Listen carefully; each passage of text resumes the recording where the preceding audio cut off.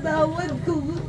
Sabi nila, i-assure na kita na okay lang maiwan, pero hindi ko ginagawa agad. Hindi ko agad kita binuwan kasi alam ko hindi ko kaya.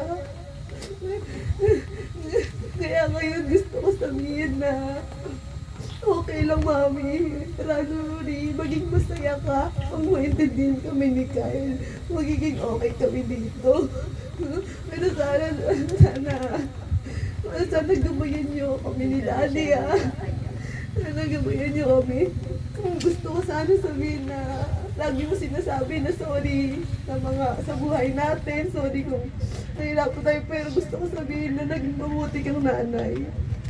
Well, hindi ko perfecto pero nagawa mo lahat para sa amin ni Kyle. Si Mami po kasi talaga hindi niya po kami talaga pinapabayaan.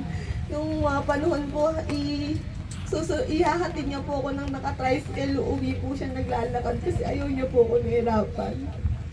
Ganun po si Mami. Tapos kasama ko po siya sa pag-a-apply po ng high school. Hanggang college po, kung kaya ko na sinasamahan po rin ako ni Mami.